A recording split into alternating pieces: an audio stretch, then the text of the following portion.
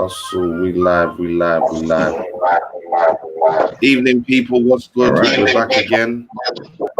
Black Eyes TV in the place. Um, Big up to everybody who joined us this morning for the Khmer New Year celebration.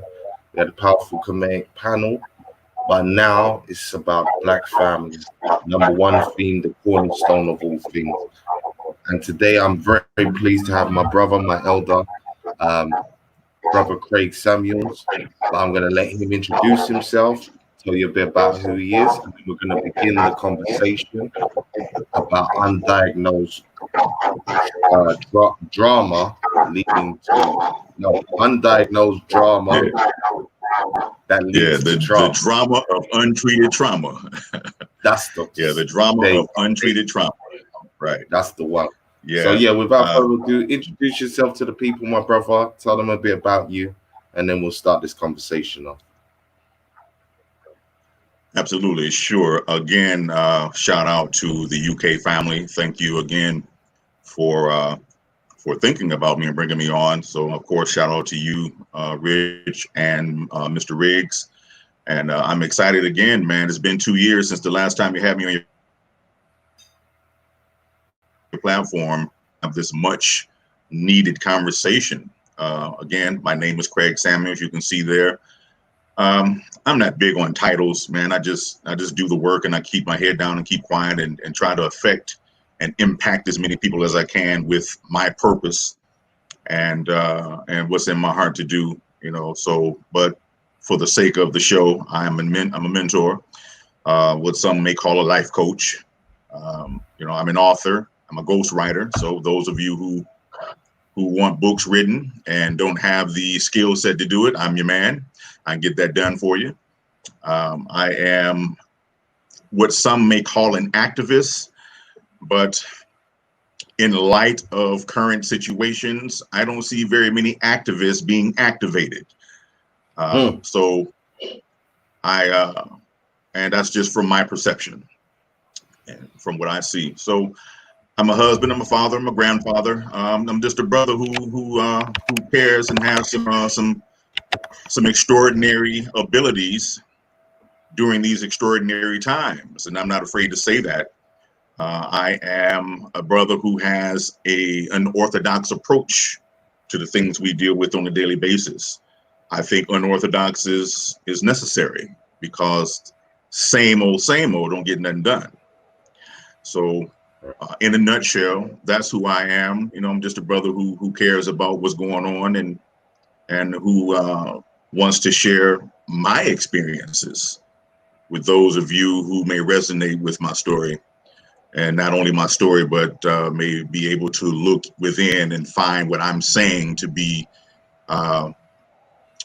parallel or have some similarities to what we're going to discuss today. So that's it. No, That's me. no doubt. Well. Let's set the tone first of all, because again, the importance of the Black family is unparalleled as far as anything we want to achieve. Before you take on any title, you come out of a family structure. So again, Right. let's start off with you just talking about how you view the Black family, the importance levels of it, and then we'll start to deal with the modern day quote unquote problems and dramas that we seem to be faced with in this time, and some of the things that impact us as a Black nation from those effects. So as I said, first of all, talk to me about how you view the Black family in the grand scheme of things. I view the Black family as an entity of amnesiacs today. Those who have forgotten who they are or who we are. I view the Black family as, again, an entity who is suffering, or Black people for that matter, from a shattered consciousness and a fractured identity, and which has caused us to become divisive among one another. I don't see family as family today. I see it as a bunch of people who are related, who get together from time to time and act like they're family. And I know that may not sit well with some people, but from where I stand, based on the true definition of the term family, I don't see family the way it was when, our elders were, in the 30s and the 40s and the 50s, when we realized and we knew that we are all we had. Right. And today it's about what I can get. Today it's about more so selfishness and enablement and entitlement and what I can get from you. And I'm down with you today when it's convenient for me, family or not. And so now I'm not speaking in absolutes, so I'm not saying that applies across the board, but for the majority of what I see, that's what I see: a fractured identity, a shattered sense of consciousness, and we don't even know who we are anymore. So how can I call you my brother if I don't even know what the term brother entails? How can I call you my father if you're behaving anything but what a father's supposed to be? Same thing for mother. So Right. that's why I see it. And I see it that way because it's not something that just happened today. It is an ongoing generational effect that has yet to be fixed, if you will, because the mindset or the mentality and the attitude gets worse with every passing generation. You see it in our youth today. Most That's definitely. Yeah. Sorry. Go on. Sorry. no, that's pretty much, I can say more, so I will. So we have, as it relates to family, we've been conditioned as a people, um, to be what we are, and it'll stay that way until we take control of the conditioning process. Once we take control of the conditioning process, then we can begin to change the pattern of our paradigm. Until that happens, we will continue to languish in familial purgatory, if that makes sense. We begin to, Yeah. we will continue to wear the mask or the camouflage of what family really is. And we just be going through the motions, calling ourselves mother, father, sister, brother, when in actuality it's just terms that have been used so much and taken in context that it has lost its potency. Now that's what I see, and that's what I've been observing, Right. directly and indirectly. Mm. I mean, when you see people today, do you think most people realize that, again, their first experiences start with the family? So, as you said, the defining roles in life, whether it's men, women, how you treat each other, your esteem levels for those roles, it all begins there. And again, for me, when I look at the generalized situation, and especially at this time period where we're marching, we're protesting, we're at a point where we know we need certain rights in the diaspora, and we talk about economic power and stuff. Do you think these things can be achieved before we fix this family paradigm? Or do you think we can kind of limp along and make things happen? Because again, I hear a lot of people, they always seem to place, we need economic power, we need to own this, we need to own that. But to me, I just, if you don't know, as you said, how to treat each other in the first instance, if I give you resources in amongst the confusion, it can only get worse for me. But what's your opinion on that? Yeah, you can't put the cart before the horse, and I think that's what we've been doing for generations on end. As far as economics is concerned, before we can even start discussing economics, which is a discussion we need to have drastically, we have to enter into a place where we can begin to trust each other. Without trust, there can be no business transactions. You wouldn't do business with me if you didn't trust me. So how are we going to enter into a group of people practicing group economics no trust. Without trust, there can be no community. Without a community, all we have is what Dr. Claude Anderson says, neighborhoods. And we're not very neighborly today. So we just have people living in hoods.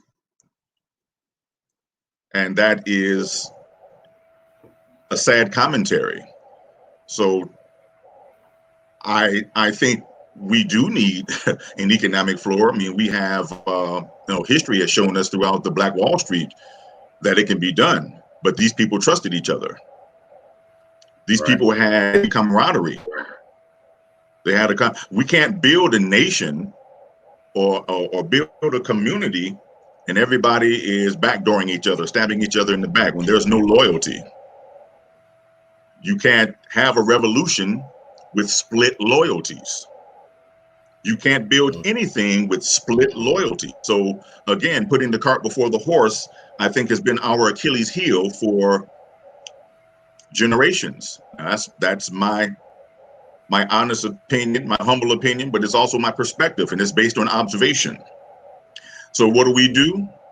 Well, then that's the conversation we need to have, like you and I are having right now. How do you build a relationship? You build a relationship through spending quality time, through having open and honest dialogue with one another.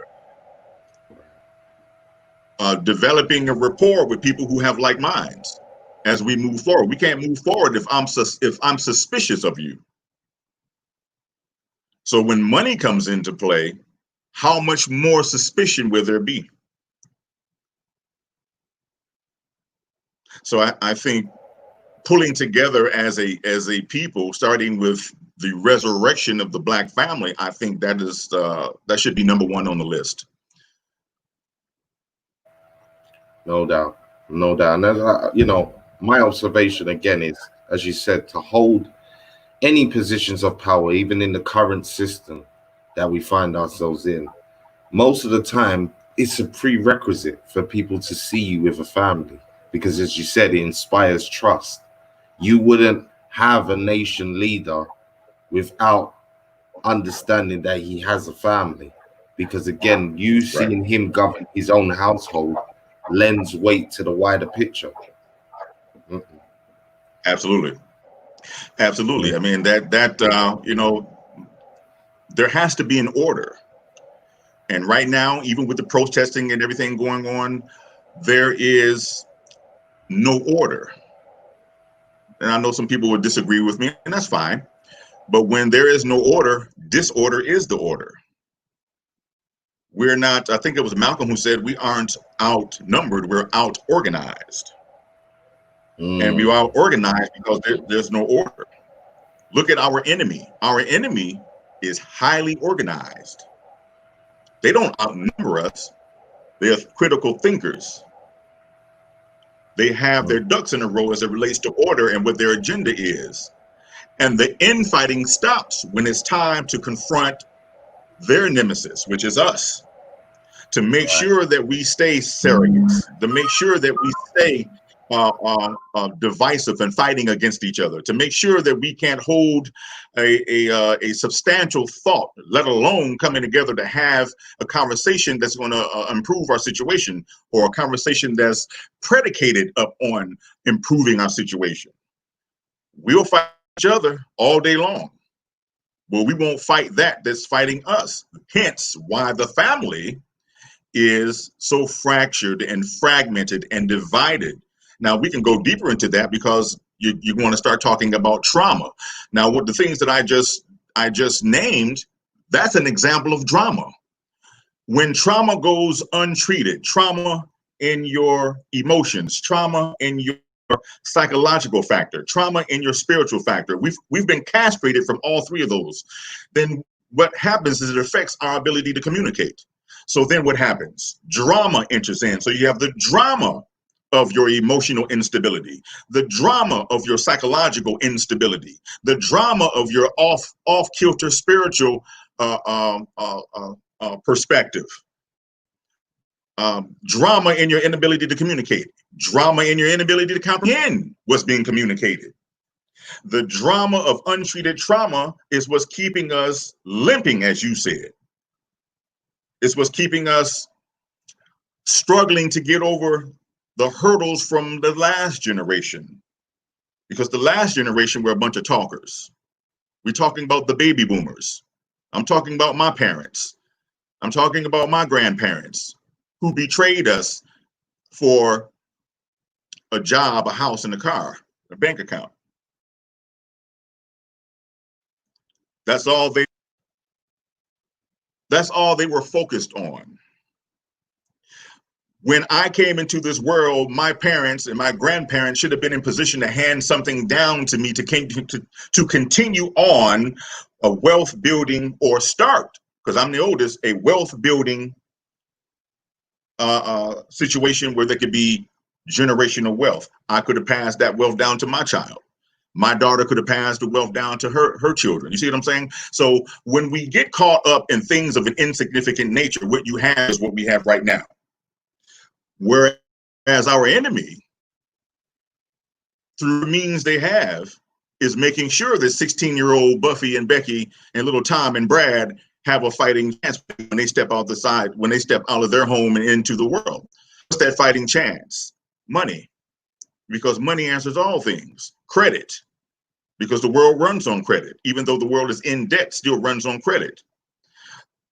What happens when a little black child comes into this world and mom or dad's ideologies aren't where they're supposed to be? Their focus isn't where it's supposed to be.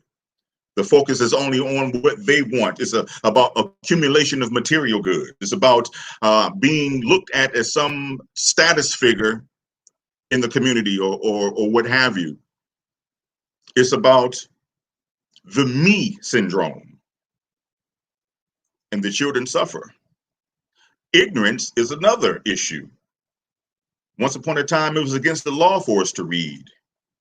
Now you can't pay a brother or sister to pick up a book. So if I don't know anything, how can I pass anything down to my progeny? I'm supposed to be making sure that my progeny can rule for another 50 years, another 500 years, just like our counterparts. And I've said this for some time. The handwriting has been on the wall. Our ancestors have told us and left us the information of what we should do and how to go about getting it done. We spend too much time, I believe, trying to reinvent the wheel. And I think that, and then, of course, some of the same old practices like running to the polls. See, again, this is the drama of untreated trauma. We're married to the status quo. We are comfortable with dating tradition. And we've made ourselves okay with being in an abusive relationship, a socially abusive relationship. So then you tell me, how can we make progress if we keep sticking our hand in the fire expecting not to get burned? That's drama. The drama of the absence of critical thinking. The drama of the absence of knowing what it takes to enter into, build, and maintain healthy relationships. The drama of understanding. I mean, all these dynamics, all of these components are Achilles' heels. Now, I'm going to talk about some solutions, but we can't arrive to a solution without fully undressing the problems. Right. We have to be butt naked as we go forward, transparent as we go forward. And that starts with our individual selves. We spend too much time trying to dress up BS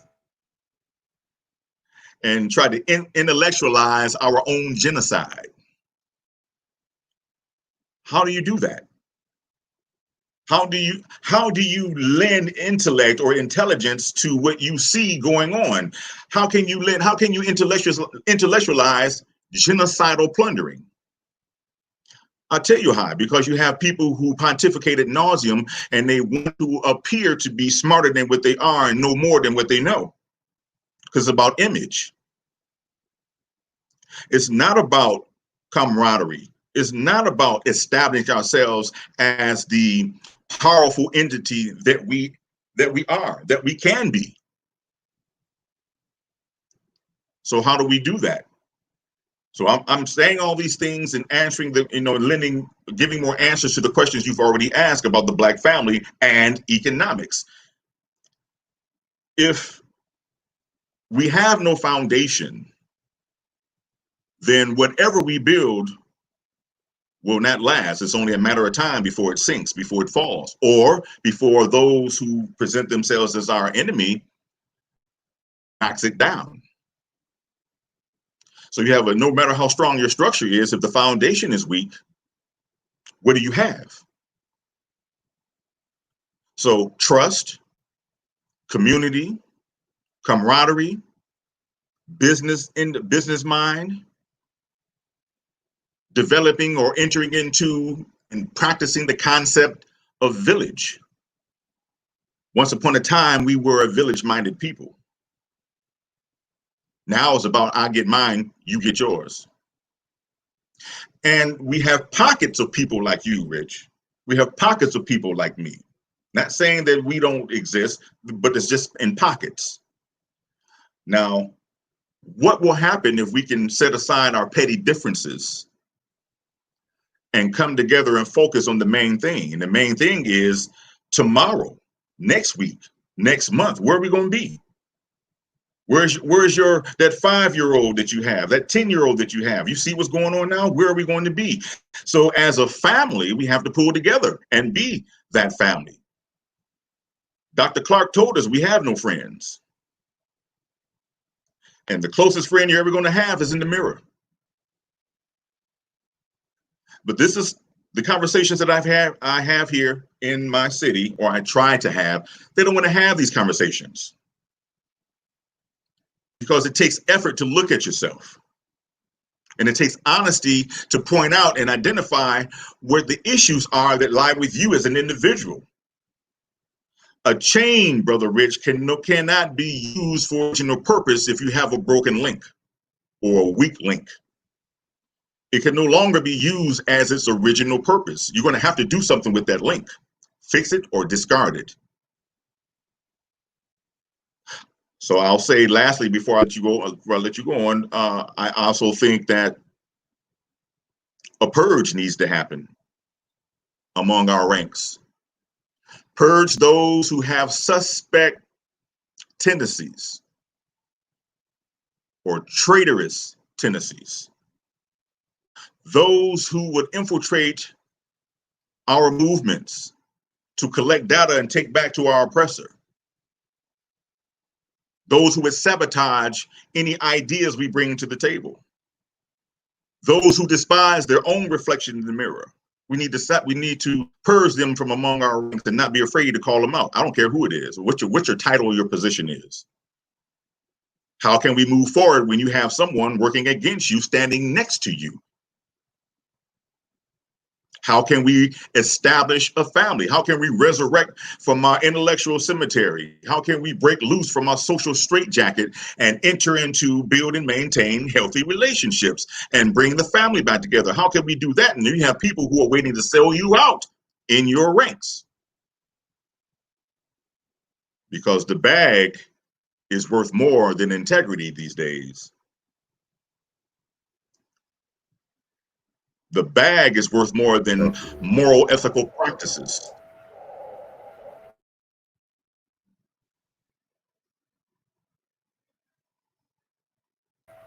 No, I totally feel you. I mean, everything you said is spot on. And again, I think the key element to the whole conversation is to fix it. As you said, it's an uncomfortable journey because you have to be honest in your self-assessment. And as you said, that's something that today a lot of people are unaccountable. That's the key word I find today. And again, you can speak to this in a second. Like, as one of the biggest problems for me is unaccountability in today's society. You know what I'm saying? Because we don't have a standard code of practice anymore. As you're saying, we're winging it. We're making it up as we go along. That inherently leads to problems. Go, say, interject. Country. Say what he's going to say. I was agreeing with you about the absence of accountability and the absence of a code of conduct. code of ethics. Mm. We sorely need a code. We don't need leadership. When we establish a code, the code will become our leadership. The code will be our leader because we stick to the code and move according to the code that we agree upon. Go ahead. You gonna say something? Well, this is the thing. Look, I have this conversation all the time, where again, the premise of the lack of culture for me is the biggest problem, because that code of ethics, that problem solving skills, that all lies within the culture. Do you agree with that? You know what I'm saying? That we're missing basically from our lives here in the diaspora. That's the mechanism that you would use to problem solve your economic structure, that you would use to galvanize relationships within the community. You know what I'm saying? So to me, that Absolutely. is one of the major ones. But got you. Yeah, I agree. That is coming in order for us for that to become a reality, we have to identify ourselves. There has to be a self-assessment. There has to be a self-acknowledgement. There has to be an honesty. So you're spot on as well. Our culture has been so appropriated and diluted with nonsense that we don't even recognize it. Some of us don't even recognize it as our culture today, because there's so many imposters impersonating us. Our culture doesn't look like our culture today. So it's necessary that we do the research. It's necessary that we apply ourselves. It's necessary that we do everything that you just said in order to arrive to that code. The code can be effective as we move forward. So I think, yes, I'm in 100% agreement with you about that. I think also we spend a lot of time trying to heal an effect with an effect. We are too quick to look over the cause. We skim over the cause. See, the cause is going to cause us to have to identify what happened, when, where, and how, and whatever role you played in contributing to the effect being what it is. And in the Black community, if I can use that term, in the Black community, in the Black family, those are certain issues that are taboo. This is why we have our children, our youth, and grown-ups today who are still suffering from the drama of untreated trauma. Consider the work of Dr. Joy DeGruy in her book, Post-Traumatic Slave Syndrome, where she talks about when the end of antebellum slavery came about, there was no psychiatrist waiting for us. There was no counselors, no mentors, no therapists. There were no social workers. Whose couch did we lay on? Who was there for us to talk to after coming through hundreds of years of forced servitude, after being brutalized, raped, sold away from your parents, beaten, denigrated, disrespected to the highest degree? When that was all said and done, who was there for us to talk to? Nobody. We had to fend for ourselves, broken and fragmented as we were, taken out of our original psychological factor. Our customs, our culture, and everything had been robbed from us. So how are we supposed to forge ahead? And we did, to a degree, but are we supposed to forge ahead in a healthy sense of thinking? Look at what some of the things that happened to us on the plantation is still happening in our families right now today. And some of our families don't even realize, that the language being used, the attitudes. This is learned helplessness.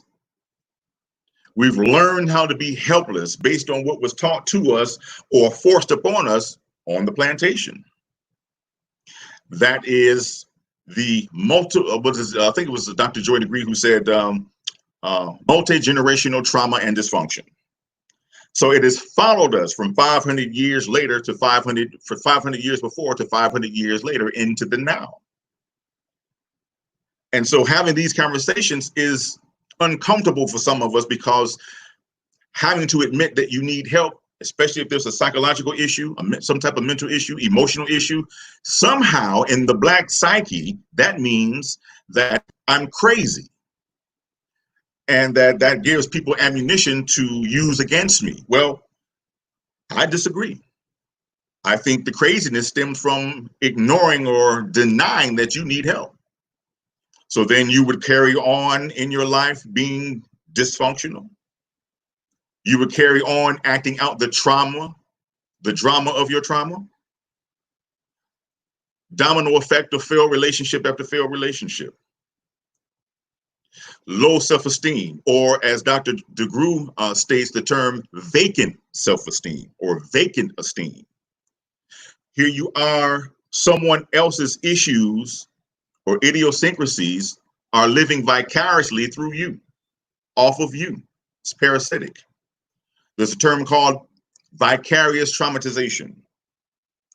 And that's what happened when mom projects her issues onto you, when dad projects his issues onto you. Their idiosyncrasies, their deficiencies, their insecurities, their unhappiness with having a life or living a life that's unfulfilled, not meeting the standards of their purpose. So what happens? They feed it on alcohol, they feed it on drugs, feed it on sex, or whatever the vice is that fosters their issues. And unfortunately, that child is there to become the whipping post of that mother or that father. Therein lies your trauma. And if there's no intervention, then you will see the drama of that trauma played out in the life of the child. No There's a doubt. term in the DSM, it's called developmental trauma disorder. That's a term, that's a new term that is, I think it's already in the DSM-5, but it's called developmental traumatic disorder.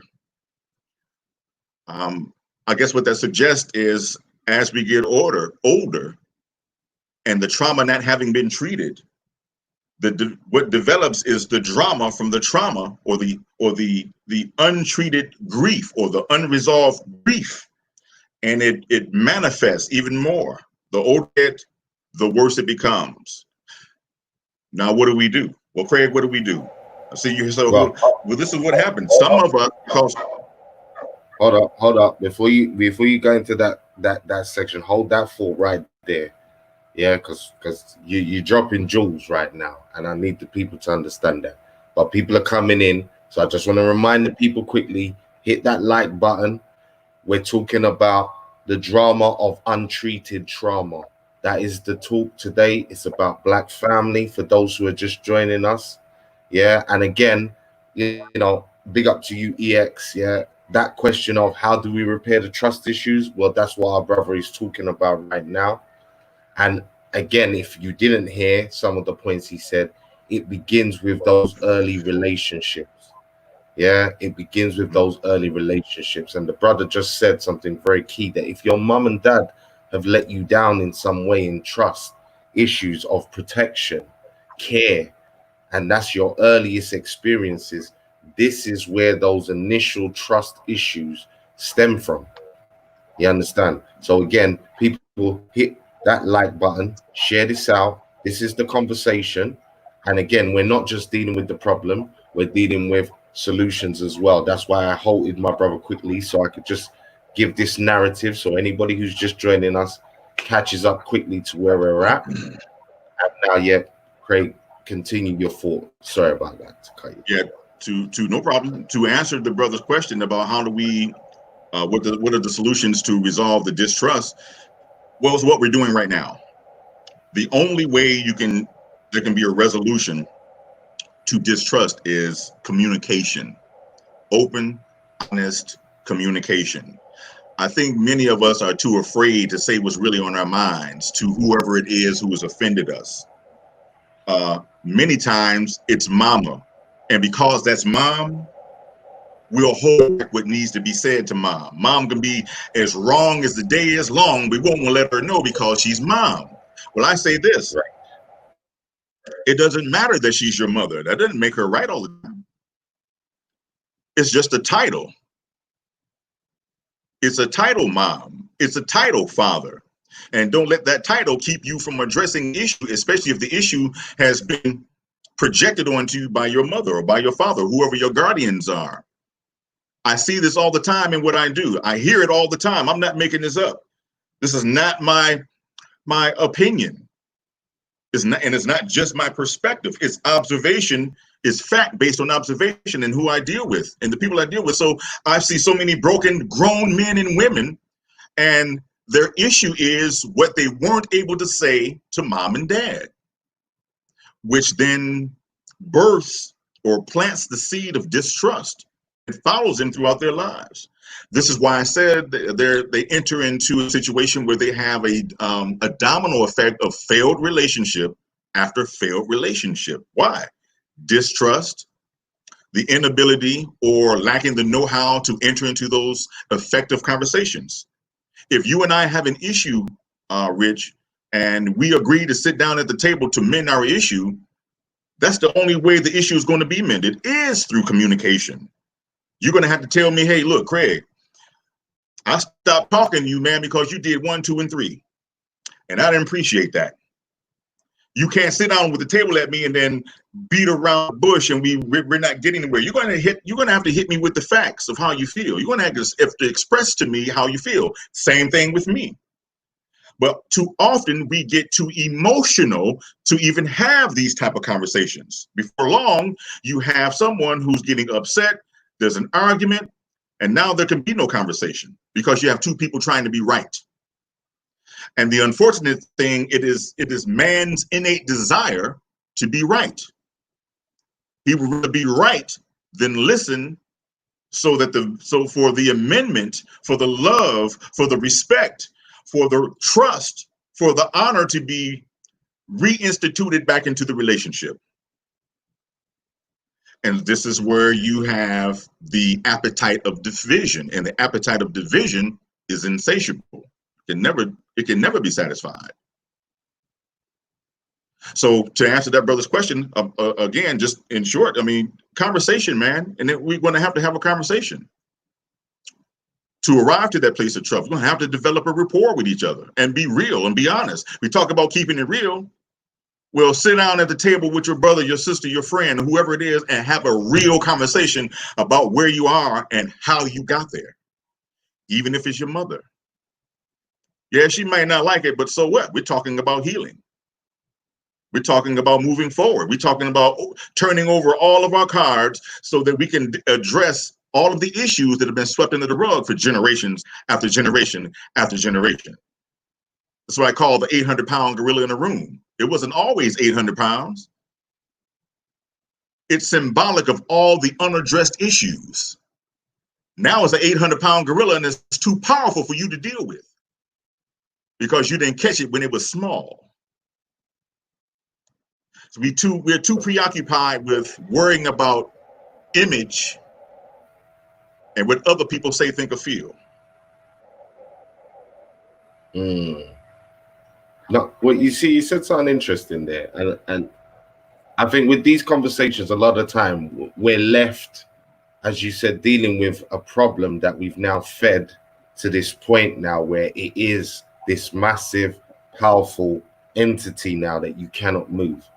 But as you said, is at one point in time it wasn't that big.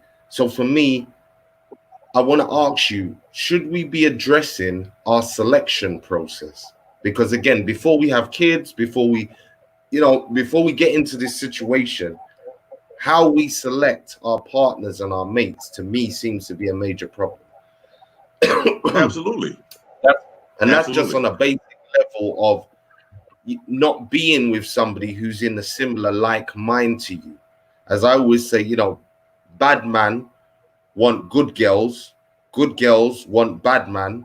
You understand? Nobody's trying to change their position really. So already that pairing, no matter how much there's an attraction, you've already created a paradigm of a problem because you're on two different levels and points of understanding within your life. So, I mean, speak to what you think of that on the selection process and how Black people go about that. Because remember, Francis Cress Welsing and others spoke to that. So, what's your opinion on that? Yeah, Dr. Welsing, I can't even begin to challenge her work. She's spot on. I'm in agreement with what she said, and I'll just dovetail off of that. We are in a time in these modern times where we want instant gratification, and we want what we want now. Our desire overrides our common sense. Our desire and what we want and what we think we have to have now overrides our integrity. It overrides giving ourselves time to stop and think and to ponder on what we're moving into. This is absent today, and it's been replaced with physical attributes.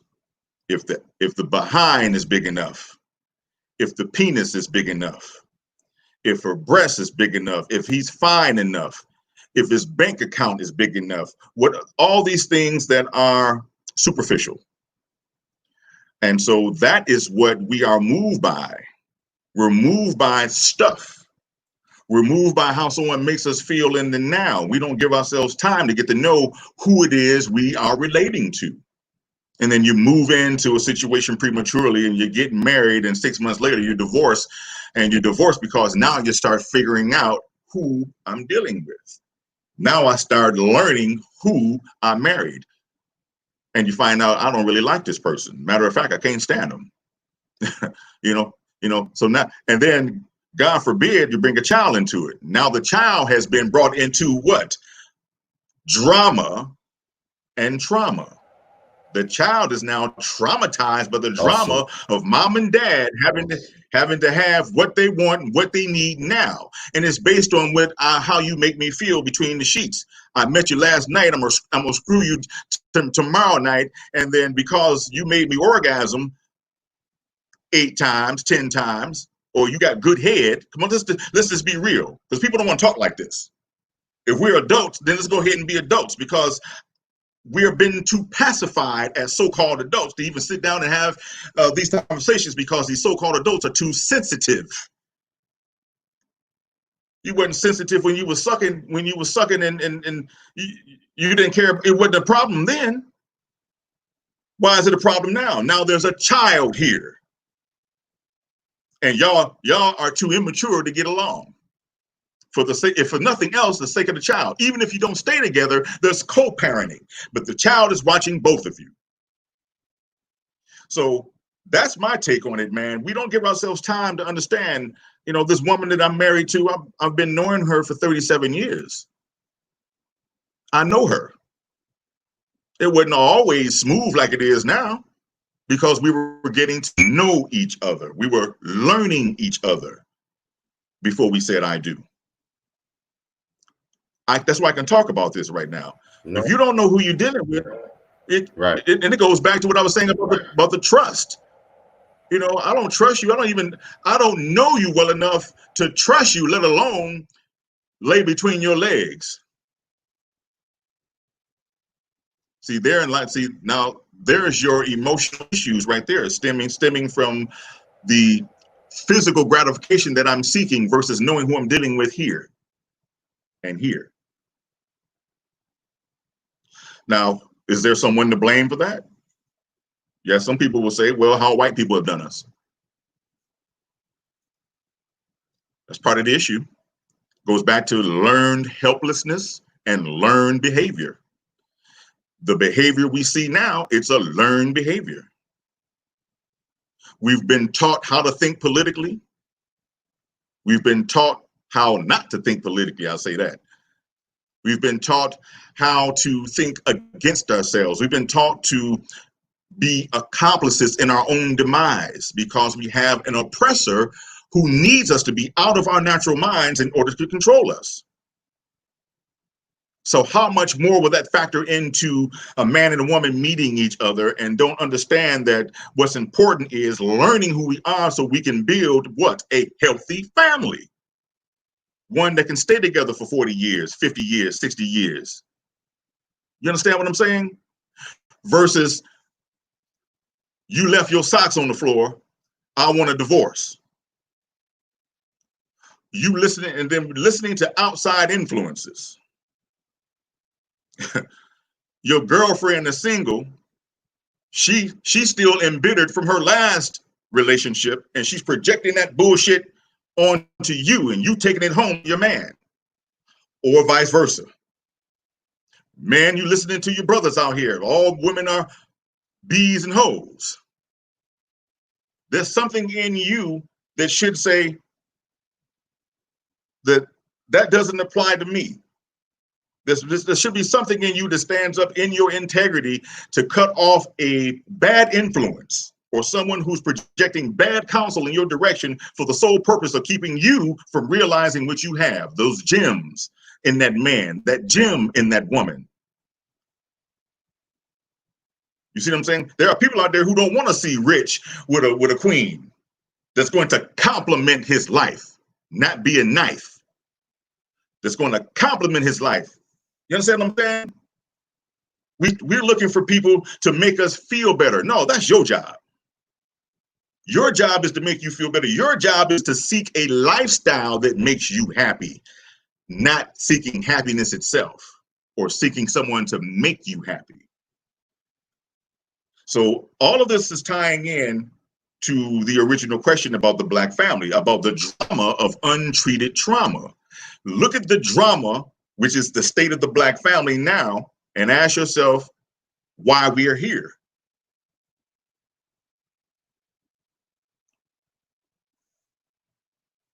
Ask yourself why Sorry, we're here. I got my son too. Oh, okay. I'm listening to you. My son's just talking to me.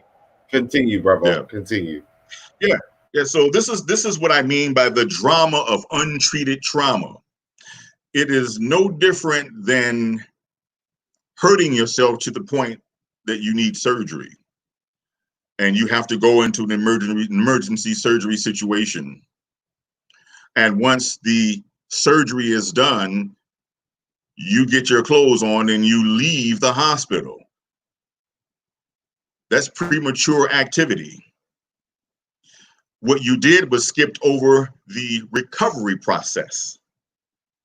And that's what many of us want to do. We want to skip over the recovery process.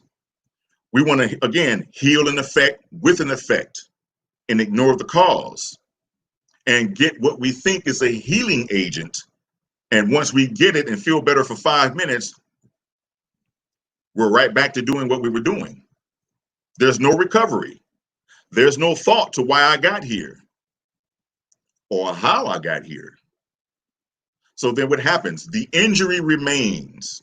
And as you know, injured people injure other people. If you're whoever it is you're in a relationship with, whether it's your mom, your dad, your sister, your brother, your husband, your wife, if these individuals are injured and those injuries haven't been healed, haven't been addressed, if there's been no recovery process, oh, this is only a matter of time before they injure you. And you become a surrogate of the host. It's nothing short of what happens when Dracula bites you in your ass. When a vampire bites you wherever it bites you, then you become what? Infected and affected by the infection of the host, of the parasite. You begin to take on their characteristics. You begin to act like them, do what they do, speak how they speak. Now you're no longer yourself. So when someone's asked you who you are, you don't know. You'll tell me your name. I didn't ask you what your moniker is. I didn't ask you what's on your birth certificate. I didn't ask you what's on your driver's license. I asked you who you are. And oftentimes we don't know because, again, it goes back to what I said about vicarious traumatization. We have taken on someone else's insecurities, someone else's deficiencies, someone else's embitteredness, someone else's anger, someone else's shortcomings. So now we're carrying that weight. Listen, let me just say something. What you're saying is super true. I used to take my son to 100 Black Men. I know you must have heard of that organization, mentoring organization. Yeah. And, obviously, a lot of the kids that are going there, the parents are taking them there to either supplement some of their education, give them a self of worth as a young Black person, or address some of these dramas that have been untreated. So now you have a child that's, acting out, getting in trouble at school for various reasons. But the first session that I went to, 100 Black Men, the first question they asked all the parents was, what was your mind state when you made your child with your partner? And that one question created such a headspace for everybody to understand. As you said, you're looking at somebody that has come from you. They've come out of a situation. So until you recognize that situation, you cannot truly and honestly assess your child on how they're acting, how they're behaving, their problem solving skills, and all of these kinds of things. And this is why I asked about the importance of selection, because again, I think too many times, we're, as you said, instant gratification, short term fix, not a long term solution. And that gets us into way too many situations where, as you said, we start to feed a problem that soon enough becomes too big for us to handle. You know what I'm saying? But I think that is Right. a very big question that they asked that day in that session. What was you and your partner's headspace like when you made that child? And as I said, most of us in the class, and I was lucky, I was one of the few men there with the mother of my child at the time. So, as opposed to a whole load of single mothers who were pretty much having that conversation with themselves. You understand? Which again is a form of dysfunction because you can't even communicate with the person who you procreated with to problem solve, which again is a whole major issue in of itself. Um, but yeah, for me, it's definitely something that needs to be stressed because, as I said, we can jump in many times and talk about children, households, prefixed families, but I think we skimp over our selection process. We skimp over the fact that, again, we're the sum total of experiences of our parents.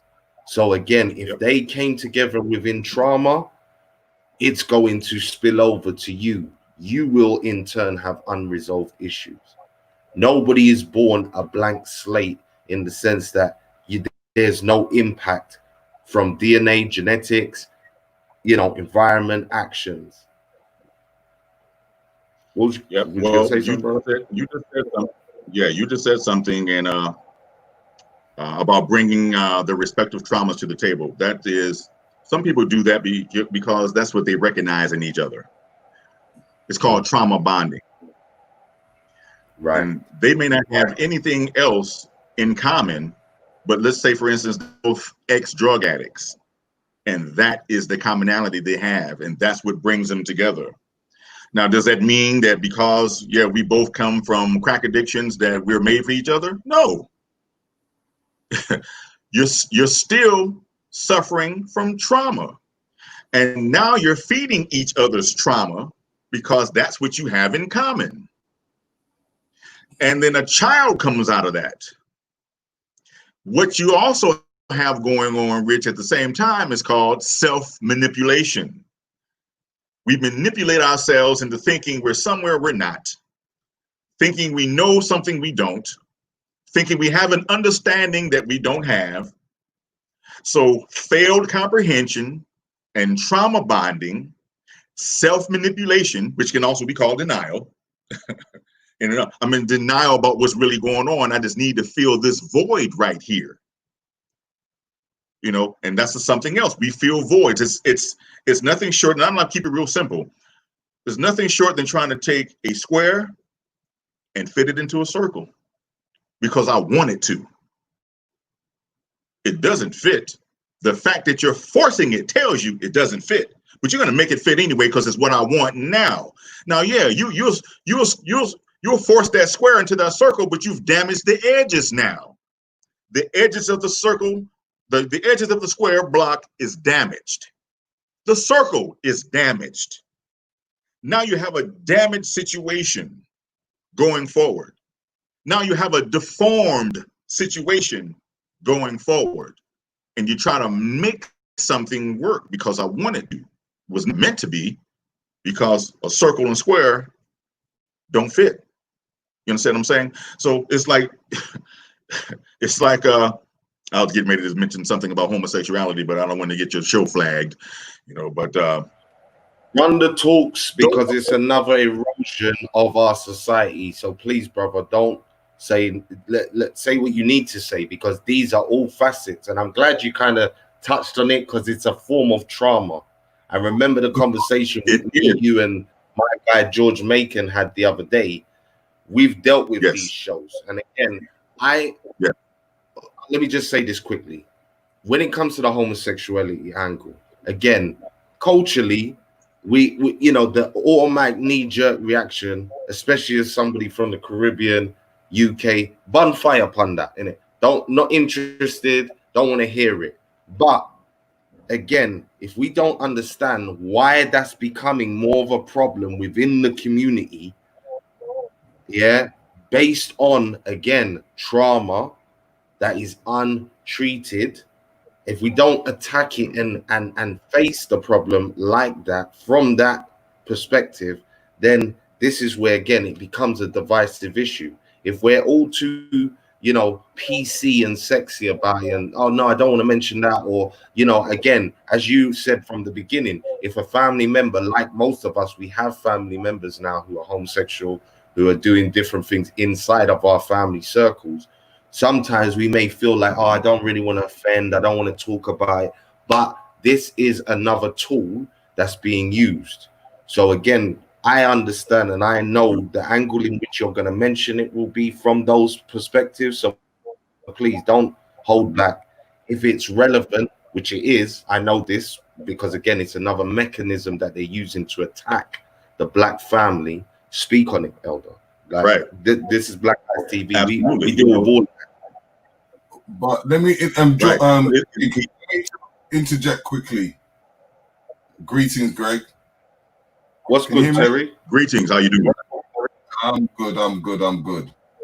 In that perspective, I've always had in able to explain it in its format of the masculine and feminine energy, and using the analogy of a nuclear weapon, in understanding that the feminine energy takes in and the masculine energy pushes out. So if we put it in the forms of a plus and a negative, so when you have a plus and a negative, it produces electricity.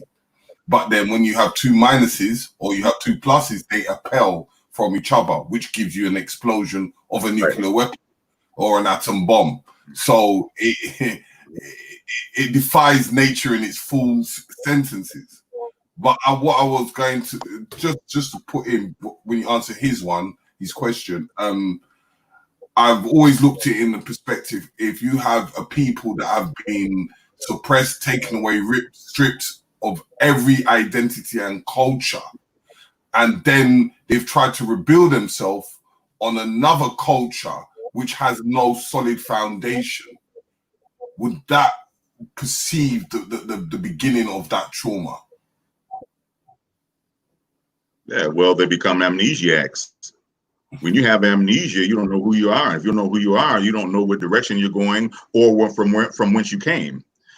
So then you are easily controlled. I can tell you what I want to tell you and make you believe what I want you to believe, because you are an amnesiac. Your culture has been co-opted. And so going back to what you're saying about the plus and the plus and the minus and the minus, it also prevents procreation, which then moves us into the area of eugenics, population control. Whose population? The Black population.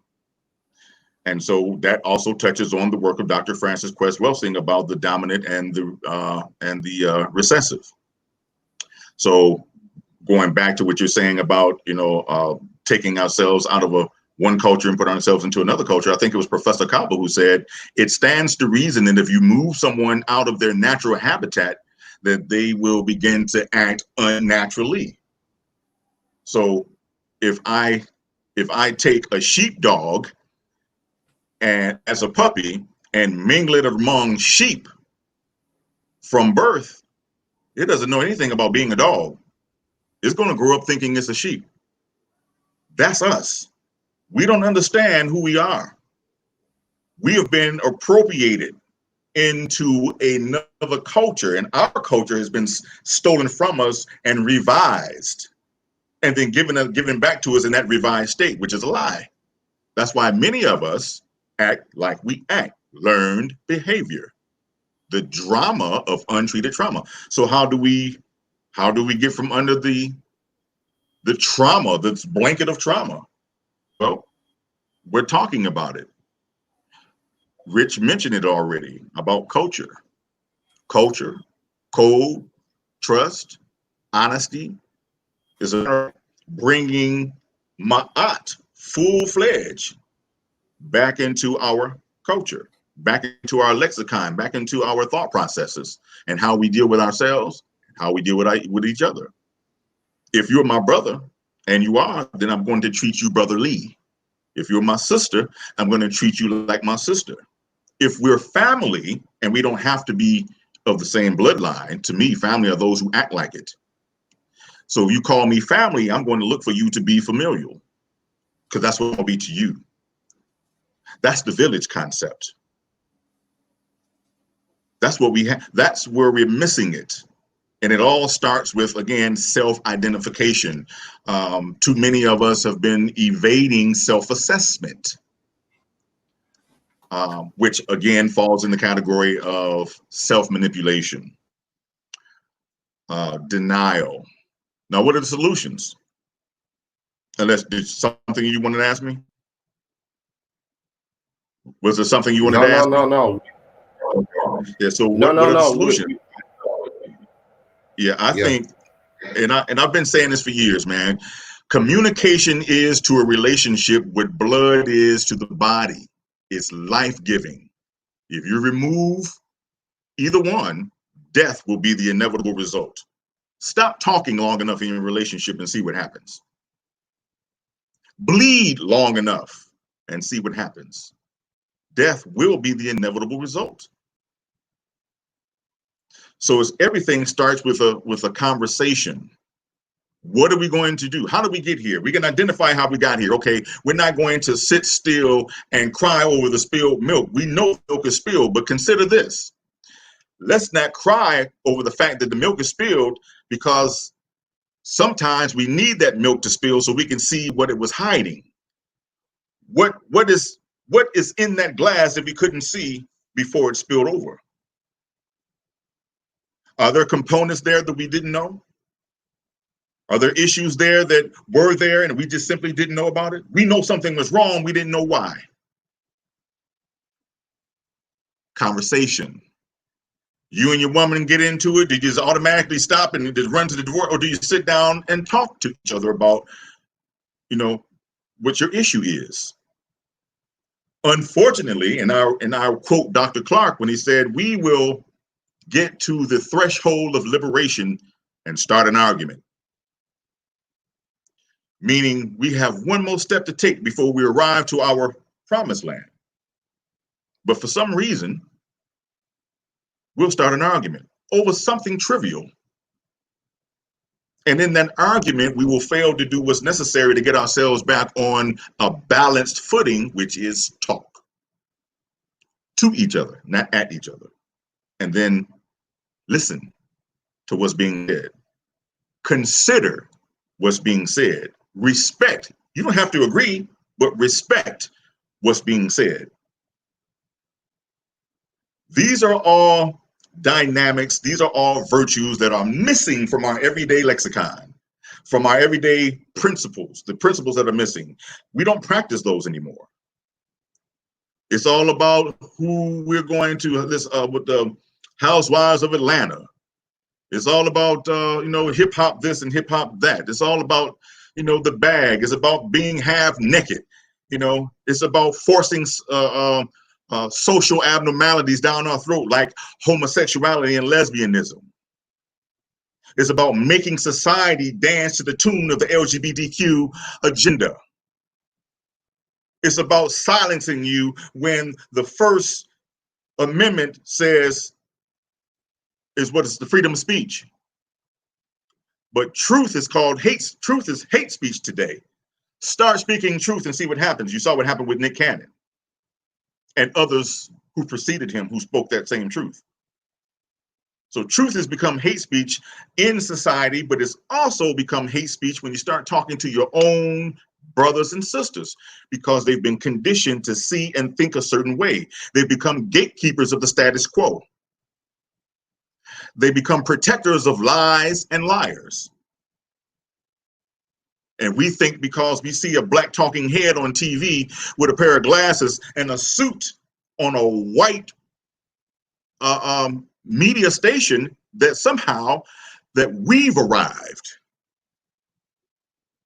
And we confuse concessions for progress. We confuse symbolism for progress. And that's just simply falling for the okie doke over and over again. So everything I just said now, that fits under the category of the drama of untreated trauma. We've been traumatized for the last 500 years, even before then, but just going back 500 years. We've been living a traumatized existence. Yeah, I know you got your college degree. Yeah, I know you can live wherever you want to live. I know you got your passport and you got frequent flyer miles. You got a name brand closet. I know, I see it. Okay, that's cool. But you're still traumatized. You're still traumatized, and you think because of the stuff you've accumulated that you're okay. They're really just band-aids that you use to put over the hemorrhaging that you ignore. And you wonder why you're still single. Yeah, I know a sister right now, single, beautiful.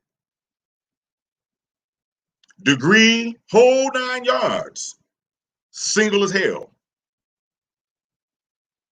And too arrogant to realize why she's single. How come you can't keep a man? That just goes to show you that all that stuff, all your big breasts and your hips and your booty and your pretty face and all the stuff don't mean nothing if you are not dealing with the drama of untreated trauma. It also goes to show you that all that outside stuff is superficial, don't mean nothing if you don't have it together here and here. Your emotional makeup and your psychological makeup. And then what's your agenda as you move into a situation with the opposite sex? Going back to me saying about selection. We too busy, and I'm gonna speak to the brothers. Brothers, if a fat ass can walk by you and knock you off your square, you're a weak brother. I ain't saying there's something wrong with looking, but if you get all discombobulated because she's got a fat ass, like you ain't never seen one before, you're not someone we need in the warrior class because you're too easily distracted. Sisters, same thing. Same thing. I don't care how fine he is. It ain't the first time you've seen a fine brother. You mean to tell me you can't get it together because he walked by you and his cologne has got you all jacked up? That's the problem with your little Kwame at home, because you can't pay enough attention to him. You're too preoccupied telling him how his daddy ain't shit. And you wonder why he grows up and has disrespect for you. Why he grows up and doesn't listen to you. His daddy might not be shit, but you chose him. And did you ignore the red flags that told you he wasn't shit before you opened your legs? Oh, I know you don't like me for saying that, but let's get down to the nitty and the gritty. Brothers, she wasn't a hoe when you had her bent over. I'm sure your homeboys told you that she was the hoe before you hit it, but you still hit it. Now you got a baby by a heifer you don't like. And because you don't like her, you won't be in the baby's life. Come on now. And don't tell me, well, she won't let me see my child. Oh, you can see your child if you want to. There are ways of going about that. You can see your child if you want to. Now, this is what I'm describing is unfortunate, but it's reality. It happens. Why does it happen? Bad decision making, poor selection process. We are too preoccupied or too enamored with what we call beauty.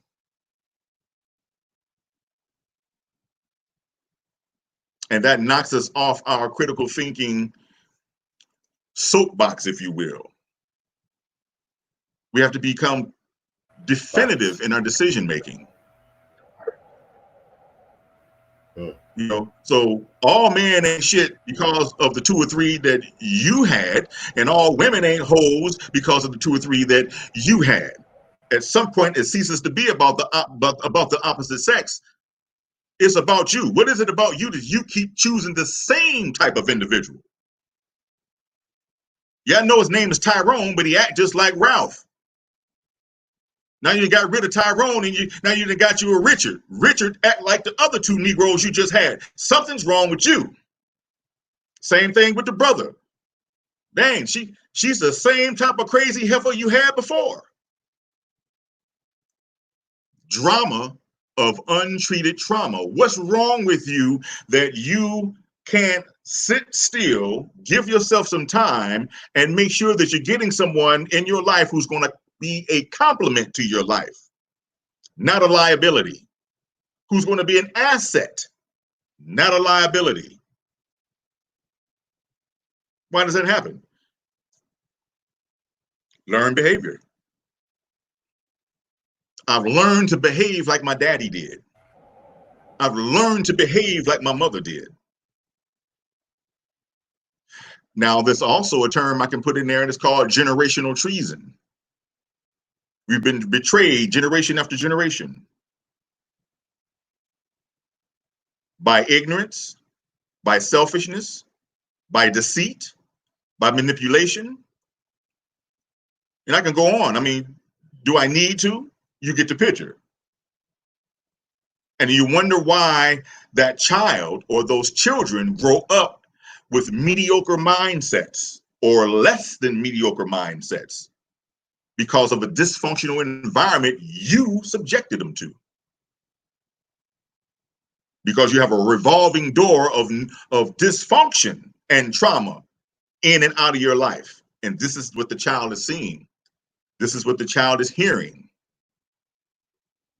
The other thing, before I let you, do your thing, is when there is no audience. In chapter 7 of my book is called Thoughts Without a Voice. Well, how can you have thought without a voice? If your child comes to you with an issue and you're too busy to pay attention, what you've done is muted their voice.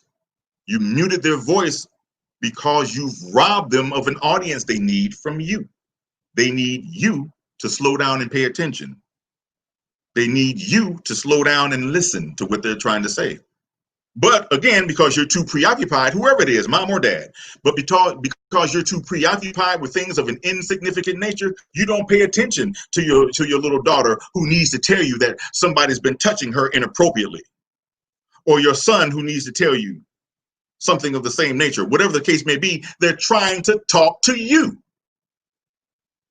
But you rob them of the ear that they need. So now you put them in a position to talk to somebody who may not have their best interests. How pitch weak, vulnerable women. This is how they become prostitutes. This is how that pimp defines their reality for however long they prostitute themselves until a light comes on, until there is a intervention. And that could be 10, 12, 15 years of her life of what? More abuse. Same thing with that boy. He gets in that gang because they show him love. Unbeknownst to him, there's a consequence for this. But the consequence started with you ignoring him or her. Because you're too preoccupied, again, with having some Negro's drawers in your hamper. If it's the mother. If it's the father, you too are too preoccupied with trying to relive your glory days. You ain't a Mac no more. You're a father. Slow down and shut the hell up and hear what your son is trying to tell you, or your daughter is trying to tell you. Understand that the example you show her is the type of dude she's going to go after. The drama of untreated trauma. So how do we treat this? Well, it goes back to you, what you said, Rich, about selection. I want to make sure that the person that I'm going to get involved with and have a child with or have children with is right for me, and that I'm right for him or her too, because it's a two-way street. It's a two-way process. We get too many people talking about, I need a man that got this, and this. Okay, that's great, nothing wrong with, but make sure you have the same shit when you come to the table. As far as those things are concerned. Now let's set the things aside. What's your emotional factor? Are you crazy? Are you civil in your speech? Do you have a decent level of understanding? Are you willing to build? Are you willing to sacrifice? Because that's what it's going to take. You're going to have to sacrifice time. You're going to have to sacrifice money. You're going to have to sacrifice hanging out with your boys, hanging out with your girls. You're talking about bringing a child into the world. I'm not going to go to the cat house looking for a wife. I'm not going, and I'm sure the sisters ain't going to the dog pound looking for a husband. If you do, then that's what you get. You chose a dog, and now you're mad because the dog you chose is acting like a dog. That's not a him issue, that's a you issue. Choices. So the question is, what kind of dog are you? The two-legged kind or the four-legged kind? See, because the four-legged kind will lift his tail up for any random dog coming by. See, the four-legged dogs that have sex right out in the open, no matter who's watching. So stop calling them dogs if you're not one.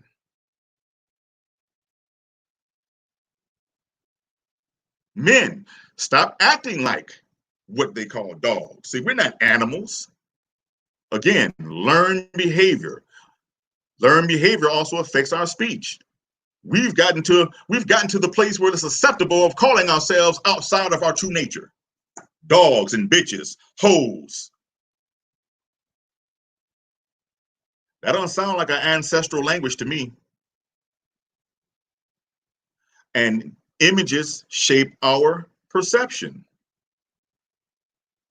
And not just what we see, but also what we hear. This feeds the appetite of trauma. We become traumatized, and some of us are traumatized and don't even know it. The evidence is there, but we don't know from whence it came. And when some of us find out, we are in denial about it because it couldn't be me. No, not me. I'm not a manipulator. I'm not a liar. I'm not really wearing a mask. Yeah, you are. Because you're afraid of what the reflection in the mirror is going to show you. We're afraid of admittance, of admitting what our issues are. And so to those of you who are watching, that's the first step to healing, is admitting that you're hurt. Especially brothers, because society has told men that because you're a man, you suck it up. You don't cry. Punks cry. Suck it up. And I've been telling the brothers, it's okay to say ouch if you hurt, man. You walking around here, blood pressure higher than a giraffe's ass because you're holding all this shit in. You're already depreciated in society because you had the nerve to be born black. Then you go out into society, you're fighting lion, tigers, and bears, and you come home and you bring all that shit with you. And it's hard to navigate through that if you don't have someone who is a complement to your life. Someone where you can come home and the trauma, it dissipates because you have a woman or a man who helps you get over the hump of that trauma. This is what I'm talking about. This is what I've been talking about. Well, why am I so passionate about it? Because I came out of this division. I came out of dysfunction. I came from people who don't give a damn. They only cared about their image. They didn't care about the sanctity of the children. They were too worried about what people were going to say. I came out of a situation where my father beat my mother and my mother let it go on. I'm not afraid to tell my story. This is not the first time I said this shit. I'm going to keep saying it. Now, am I affected by it today? No. Was I affected by it? Absolutely. For a long time, because that's what I saw. That's what I saw. That's why I'm no nonsense today about this. Excuses. You take those excuses somewhere else. If you bring a child into this world, you are responsible for the child you bring into this world. Now, sure, you have decisions to make. You have options. Like keep your legs closed if you ain't ready to be a mother or father. Number one. And if you are going to do it, be responsible. They have birth control. Take precautionary measures. We're talking about being a child that didn't ask to come here, but he's here. She's here.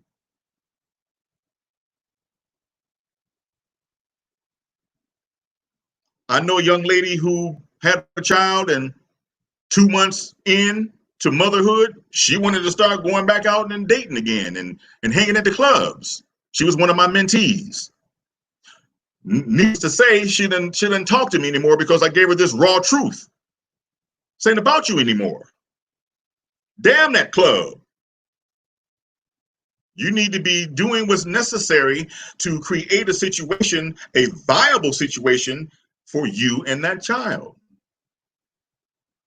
Whether baby daddy is present or not, if you decided to keep the child, it's your responsibility. That's not letting the man off the hook. I'm just saying, whether he participates or not, you still have to take care of that child. Seems like going to the club is the reason you got a baby now. So I think it's like Dr. Joy said, we can't heal what we don't understand. So in order for healing to start, in order for us to arrive to solutions, in order for us to even begin to understand what our culture is, we have to have an understanding of how we got to where we are and what are we going to do about it. Voting ain't going to change it. Marching ain't going to change it. If it was, don't you think voting, Negroes been voting since the 1800s? Some of us don't know there are multiple voting act rights. Not just the voting rights, I think it was the Voting Rights Act of 1965. And there were multiple. What has it changed? Running to the poll to vote for somebody who the dominant society gave to you hasn't changed anything.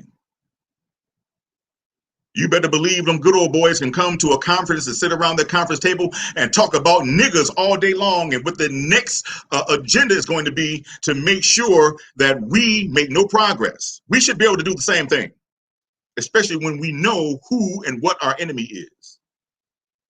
Even those who look like us.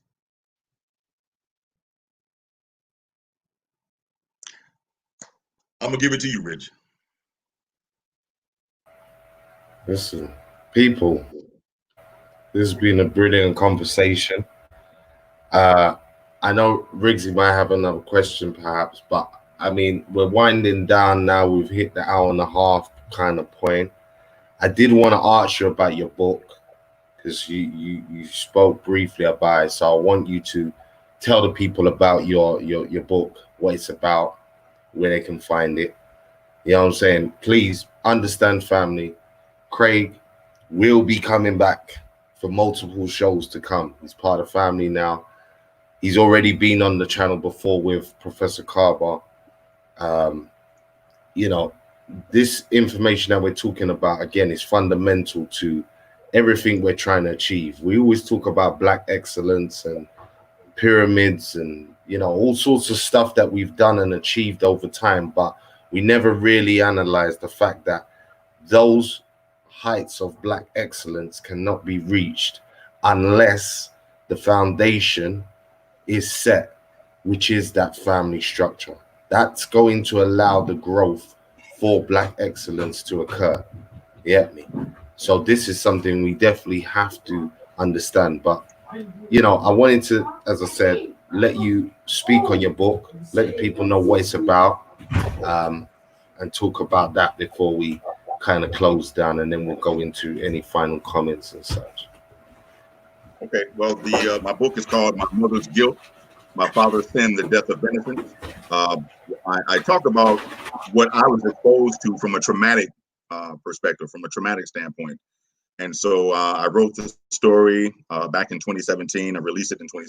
No, as a matter of fact, I wrote it in 2014, but I didn't release it until 2017. But that's what the book is about, my upbringing, what I was exposed to. But I also want to say, not throwing my parents under the bus or anyone else's parents. We have to also consider that they went through something too. They brought something out of their childhood into their adulthood. This goes back to what I was saying about the multi-generational trauma and dysfunction. This is why it finds us, or that vicarious traumatization. So we have to consider what our parents went through. What made dad grow into a beater? What made mom grow into one whose esteem was so low that she allowed herself to be treated that way? Not just in my household, but in yours too, whoever it applies to.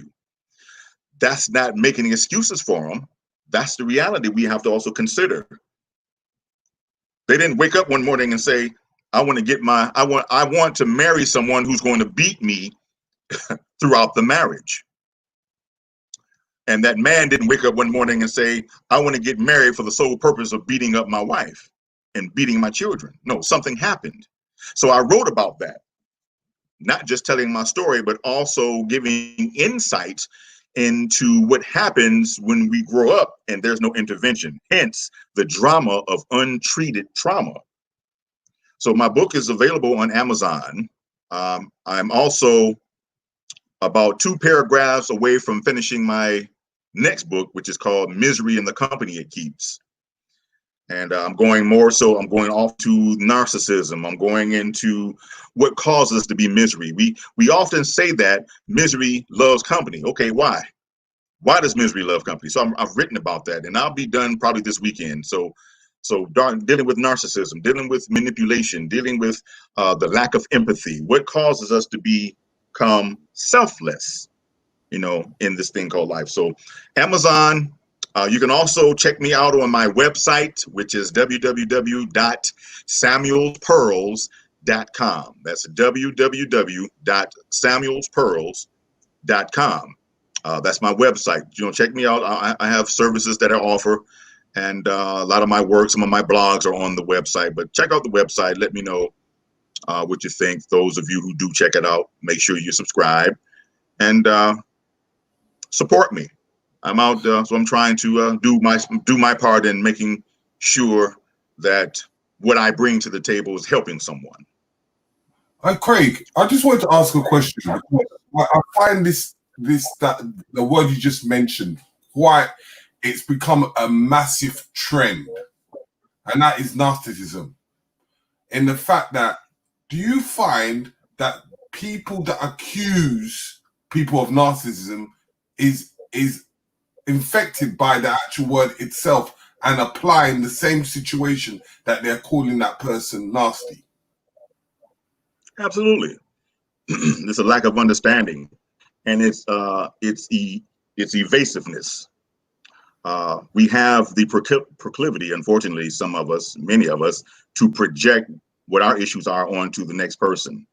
It is what they do to move away from the topic at hand, because the topic at hand has the tendency to expose them in their fraudulence.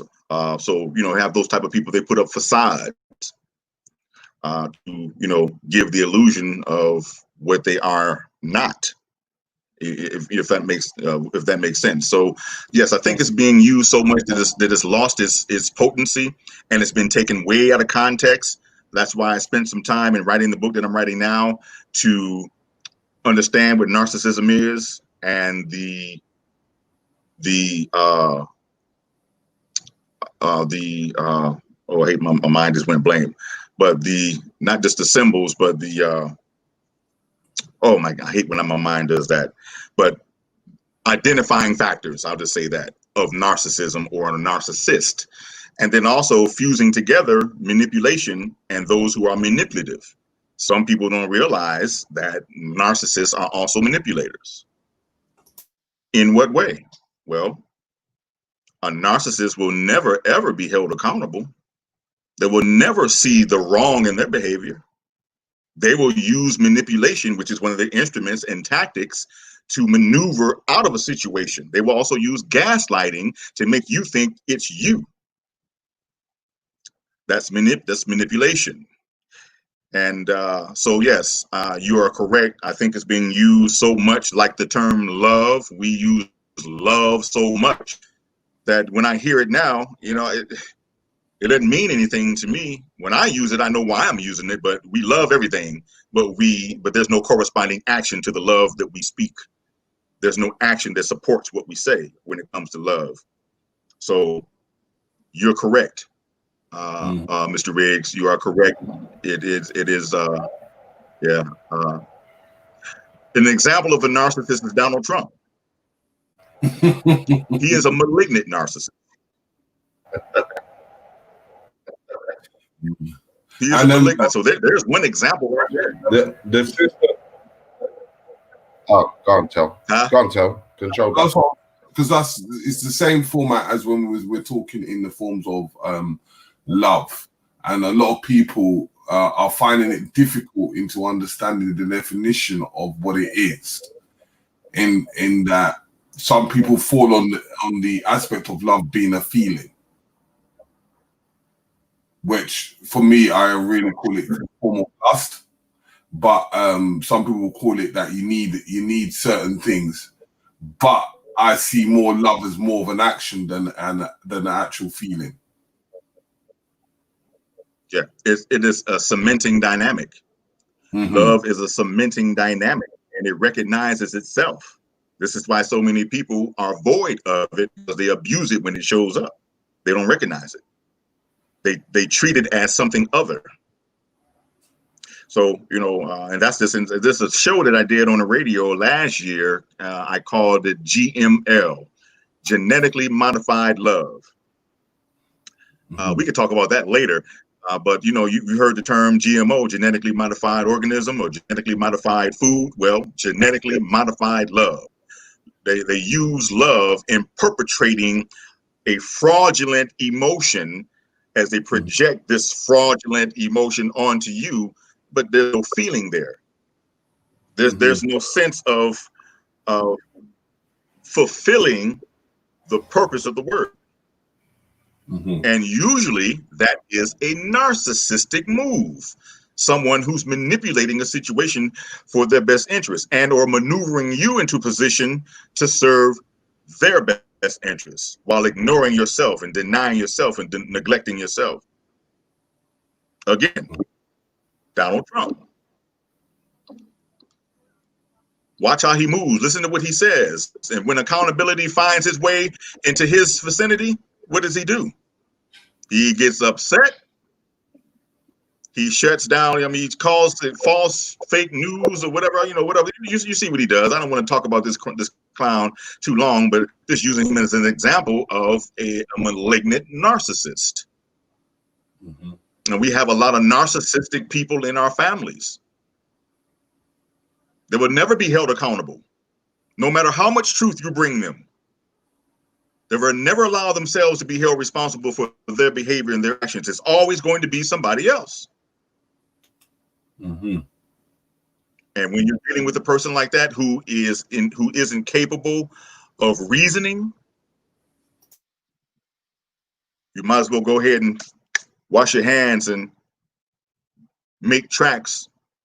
You don't want to lose valuable time with a person you can't reason with.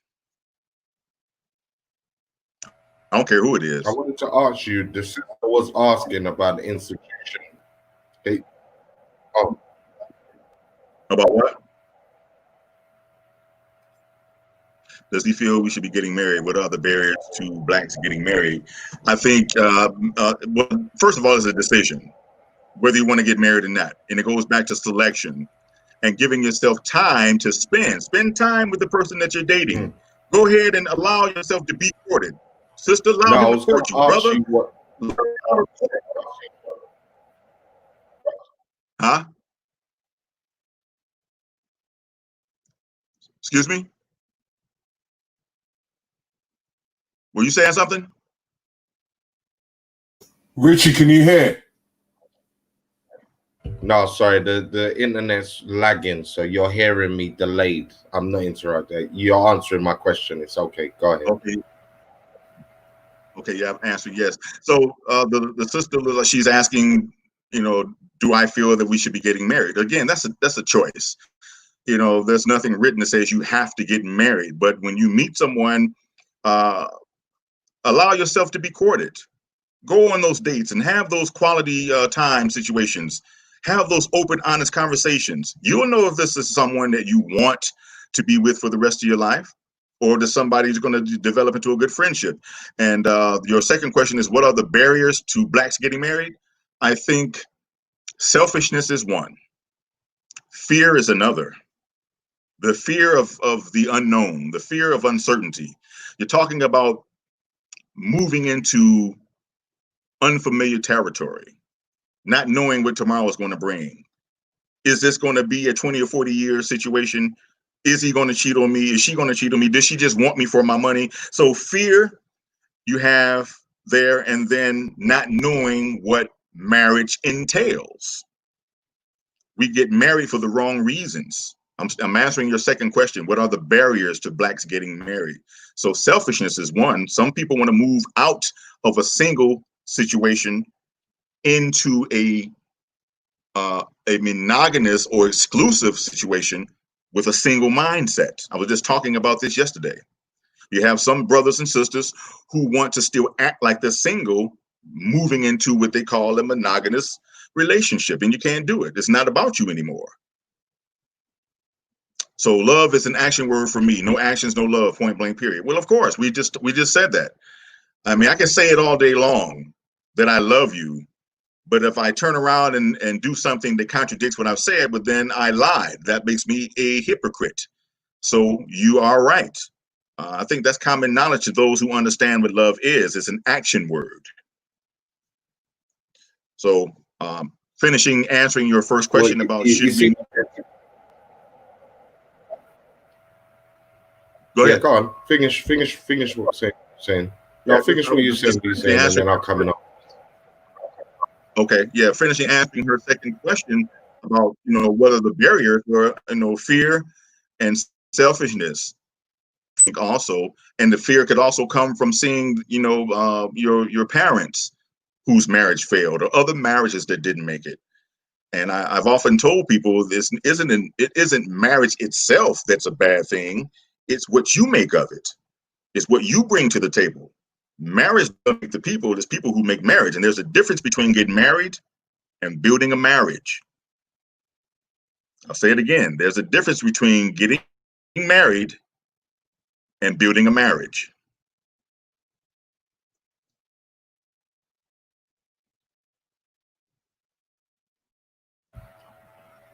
Yeah, no, I mean, I was just going to add, to what the sister was saying about love is an action word. In this age of social media and hashtags and various things, I think, and in just the English language itself, I think a lot of words have lost their value. You understand? Again, your language constructs your reality. So the fact that we're speaking English which carries less of a value to the words. And again, even the etymology of English, which i.e. is Latin, which isn't taught anymore to kids in schools or anything like that. It devalues the very language that you're speaking. Because if we was to have this conversation in certain of our original African languages, the very lexicon that we're using to communicate with would come with value systems to certain words. So there would be ways I would address you as an older person to me. There would be ways I would address my wife to, if I'm talking about a woman I'm dating. There would be a way I would, address my elders. That's different again from my peers. These are the things that I think hurt and make it harder to maintain relationships now and maintain, as you said, the lifeblood of a relationship, which is communication. Because a lot of the time, the words we're using, as I said, have no value system.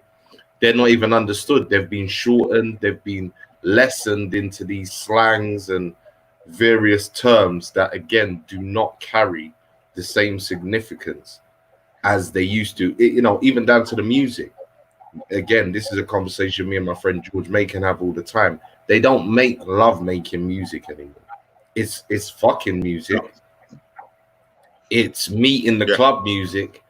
The sentiments of love, being with someone, loving them for the small subtle nuances and intricacies of their personality. Those things are gone now. As you said, we're just taught to look at wholesale things, i.e. the outside shell. So then when it comes to you now having to get to that point in every relationship where it becomes uncomfortable, you have problems, you have to communicate and you have to work stuff out. Now you're subject to the crowd because the very things that you were interested in the first place are superficial. So they're a lot easier to throw away, to say, well, you know what? She's not doing what I want. He's not doing what I want. So I'll just get someone else who, again, carries the same phenotypes and I'm good. Because, again, you've never taken the time to love that person or to know that person in the intricate way that you're supposed to. So, again, when you are talking in the terms of love, it now becomes something with actions, set actions behind it that clearly define that love. That, again, even if someone through trauma doesn't. Sorry, go on. I was just going to say your actions. Go on, Craig. I was going to say your actions are a language. Can you hear me? Yeah, we're hearing. Can you hear me? Yeah. Your actions are a language. I speak to my wife in a non-verbal fashion all the time by what I do. Constantly letting her know that I love her. I don't have to say that I love her 150 times a day. But I show her on a regular basis. She shows me on a regular basis. And going back to what you were saying about how society has shaped into being void of the concept of love, that's for the purpose of becoming social robots. That's what we are now. That's what you have society now, social robots, devoid of feeling, emotionless. That's why it's easy for somebody to take your heart and stomp on it or blow your brains out for a few dollars. To disrespect the elderly woman, to disrespect that elderly man, just to be outright disrespectful. Social robots. No feeling. This is another term, it's called automaton. You see it happening already, artificial intelligence. That's replacing what we're supposed to be. And it's robbing us of our ability to identify the opposite of what we are. There will be no more husband, no more wife, no more sister, no more brother, no more father, no more mother, no more father. Those terms will be obsolete because they're creating automatons, social robots, artificial intelligence. So when true love comes into play, and a sister doesn't know what that looks like, but she's on a quest to receive. How can you find something you don't know what you're looking for? You never had it. So she will sabotage that unknowingly. She will sabotage that brother who brings his genuine self to the table. Same thing with that brother. He'll sabotage it because he doesn't know what this looks like. It's foreign to him. It's foreign to her. And in their minds, you must be after something. You up to something. You too nice. And I can't just be my genuine, lovable, nice self, and I want to project some of that energy onto you. That's a person who's been damaged to the core of their being. When they no longer can recognize a compliment. It's always something beneath the surface, scratching, trying to get at me. At least that's what they think. And that's a sad existence. It's a sad way to live, especially when someone is showing you genuine affection, genuine interest. Social robots, brothers and sisters. Be careful. Don't become one. But I always say, like, it comes to a core understanding, and as you've been saying, there's just one specific word that we tend to not have, and they've understood how to infiltrate that, and that comes to the essence of our actual spirituality, which is communication, correspondence. Because for once you can interject from your first thought that comes from your mind, it has to go into that form of correspondence. But because we don't allow it to come out, we conceal it, they're able to infiltrate that, and then that's where you're getting that forms of turmoil. So when I hear all that, that is that our essence of our culture is that spirituality of communication. Absolutely. To piggyback off what you just said, when we talk about thoughts, some people will say everything starts with a thought. I will say it does not. It starts with an emotion. Everything that you say starts with an emotion. Then it becomes a thought. From a thought, it becomes whatever you say that's in your articulation or in your expression of that emotion. Now, what does that mean? Sometimes we can be so overly emotional that we don't even think, we just speak. This is the lack of emotional intelligence. This is also the lack of AQ. You've heard of IQ, right? Intelligence quotient. Well, there's an AQ, adversity quotient. It's like Michael Jordan having the ball in his hand in the last 2-3 seconds of the game. He has ice water in his veins. Why? Because he has a high adversity quotient level. This doesn't require intellect. This means that I can keep cool under pressure. I can keep my head in adverse situations. This then feeds my emotional intelligence, so that regardless of how I'm feeling inside, I could be livid, but I don't have to let you know. And I can respond with a cool head. I can respond based on what needs to be said and how it needs to be said versus that emotion that springs up. Let's say someone says something out of the way, may not be very offensive, just to say something you don't like. Now, do you respond right away? Or do you give yourself time to process what was just said? That's you keeping control of your emotion.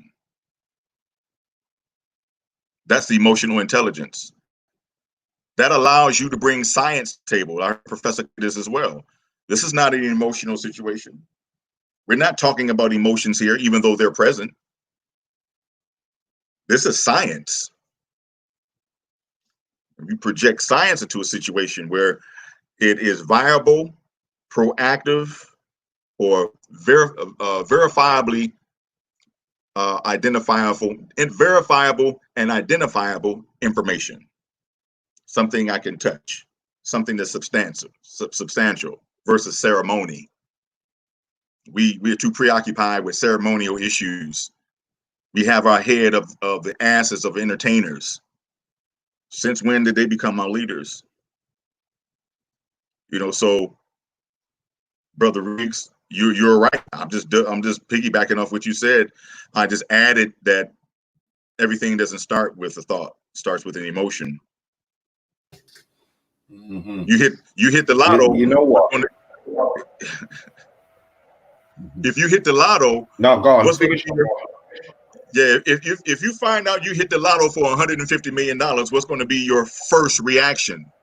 Whatever it is, it's going to start with an emotion. 100%. And sometimes that emotion would have probably spent all the money before you even get out there. Right. Right. Yeah. But well, you see, the joke of it is, I mean, in comedic science, that's why we always, when we do certain interviews, we ask people, does the heart think? Because for me, this is why they already knew that on the way into the heart ceremony to put your heart there, because that's your true self. As you said, it starts with your heart's desire. It starts with who you really are. That's your first thought, stroke, emotion, desire. You understand? Once it gets up here, this is the manipulation point for society trends and ways we think we should be doing things, as opposed to how we should be acting upon. You understand? But again, because that moral compass is screwball scrambly, the black family is off, which is your first experience of right, wrong, love, you understand, tolerance, all of those words, patience. Yeah. This is where we're into this headspace. We're trying to intellectualize these problems away. And as you said, to me, that's not the culture. That's a westernized construct where we try to intellectualize certain, and we create separations between subjects, like we can compartmentalize things, and it's not all one connected chain of events. You know what I'm saying? So I definitely feel you on that one. Yeah, because the funny, I'm gonna make sure. Hold on, go to Rick. Just wanted to quickly piggyback off it, because that's why I like to use the analogy of the car. At the end of the day, the car doesn't drive you, you drive the car.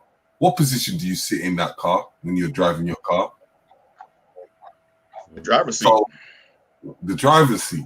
So that is where it begins to give direction before anything else. Yeah. So when you're talking about the heart, it's in the same format of position. Yeah, it's you. I use the analogy of the ship. If you're the captain of your ship, same thing as you said. You're the captain of your ship, so you are the one. That's the SS Rich, the SS Riggs, the SS Craig.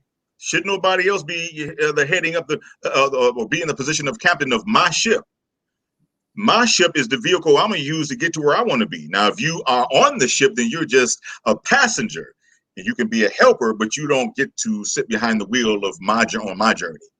You understand what I'm saying? So that also can be correlated into how we allow people to think for us.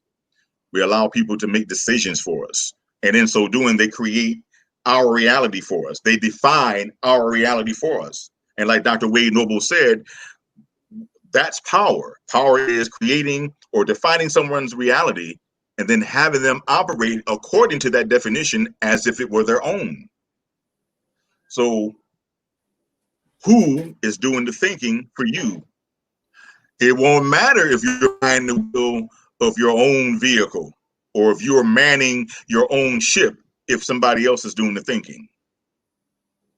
So this is about becoming whole in every sense of the word. Not meaning that I'm unteachable, meaning that I'm becoming my own person. I can think my way through this. I have the ability to make decisions for my own best interest. I know where I'm going. I know where I want to go. I refuse to become a social robot and fall in with the crowd. I don't care that everybody's wearing black traveling west. I'm going to put on green and go east because I'm my own person. I have my own identity. Where's your identity when you walk like everybody else, talk like everybody else, dress like everybody else? Where's your identity? When you agree with everyone else, because you're afraid to be wrong or challenged in your position of going against the grain of what everybody else is doing. Damn that. You think Malcolm cared about that? You think Patrice Lumumba cared about that? You think Dr. Frances Cress Welsing cared about that? You see what she did to William Shockley on national TV in 1974? She didn't care about what he thought. She didn't let what he dictate to her who she is and what direction she was going in.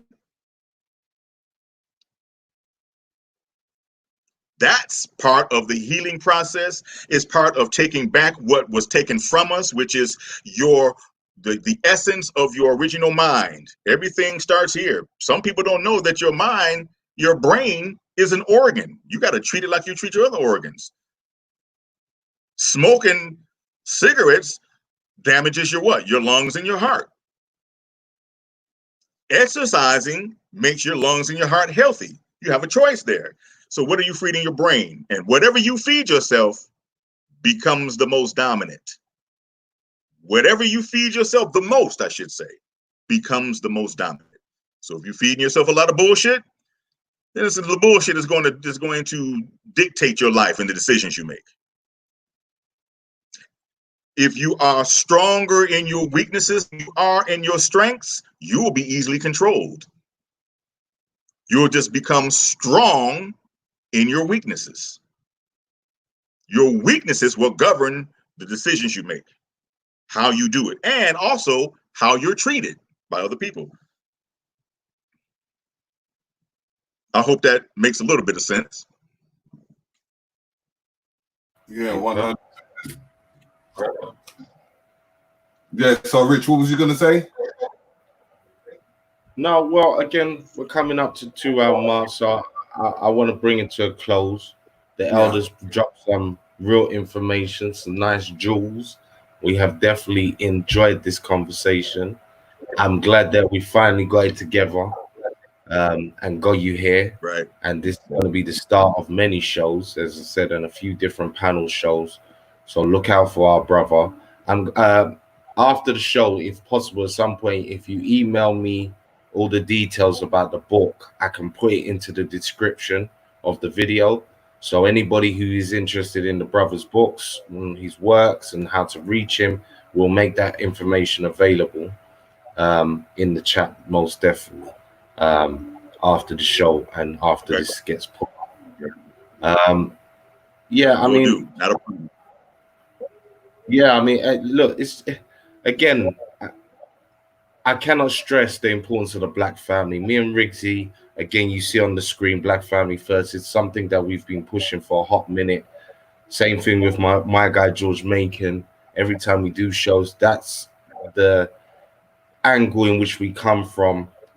And the reason why, again, is because it is the capstone of Black excellence.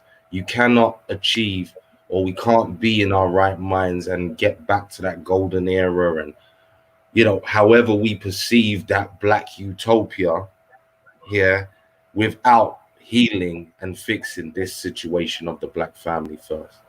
You know what I'm saying? It has to be taken on board. It has to be dealt with in an honest, open way. And we have to have more conversations like this, where we analyze the problem as well as have the solution at the end of it. Because without it, again, you know, we're just going to be, as you said, moving on blindly forward without self-analyzing and self-checking till next minute, bang, we've got this £10 or £40 or £100 or £200 or £400 ape in the room now that nobody can move. And again, you know, one of the key things, there's already a lot of choices in society, to me, that are illusionary.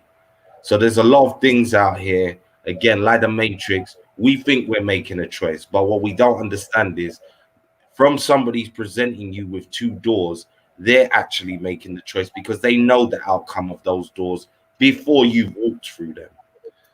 You understand? So again, if we don't come to realize that the few choices that we do have, the few moments in time that we do have to input into ourselves, into our relationships, into our kids, and into our family structures, if those aren't taken, then that illusionary situation of now floating through a good portion of your life where choices will be made for you, whether it be economically, mentally, spiritually, yeah, but choices will be made for you because in the beginning, you never took the time to self-reflect and to look at what's going on with us as a people.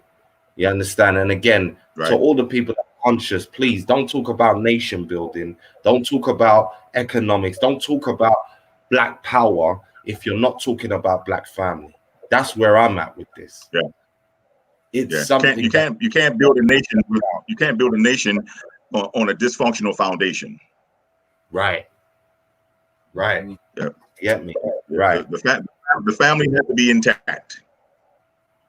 That's all. That's what you build. You build Look, nations say out of families. yeah, I was gonna say, I've finished. Everybody big up for joining us, but I want the brother to just say any final words and thoughts that you have for the people. So again, you close out properly. So yeah, speak to the people, say your final thoughts and feelings to the people. Yeah, my final thoughts will be solution oriented, and the solution is don't be afraid to talk to someone about whatever your issues are. Talk to that therapist, talk to that psychologist, talk to that psychiatrist. Get a mentor or a life coach, whatever it is that you need to help you get over the hump. That thing that has you stagnated in your emotions, in your psychological factors, and in your mentality, whatever it is that's holding you up. Talk to somebody. It's okay to say ouch if you hurt. It's not okay to say hurt when you don't have to. Right. With that being said, I hope I've said something that at least caused you to think. No doubt. Well, again, much love and appreciation for you coming on and joining us.